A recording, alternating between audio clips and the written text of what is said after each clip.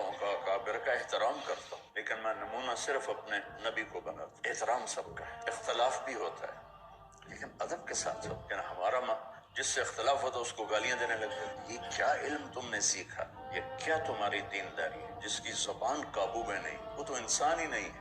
گالی کا جواب گالی ہوتا ہے؟ میرے نبی نے کبھی گالی دی کسی؟ انہو لساحر کذاب، آپ نے جواب دیا؟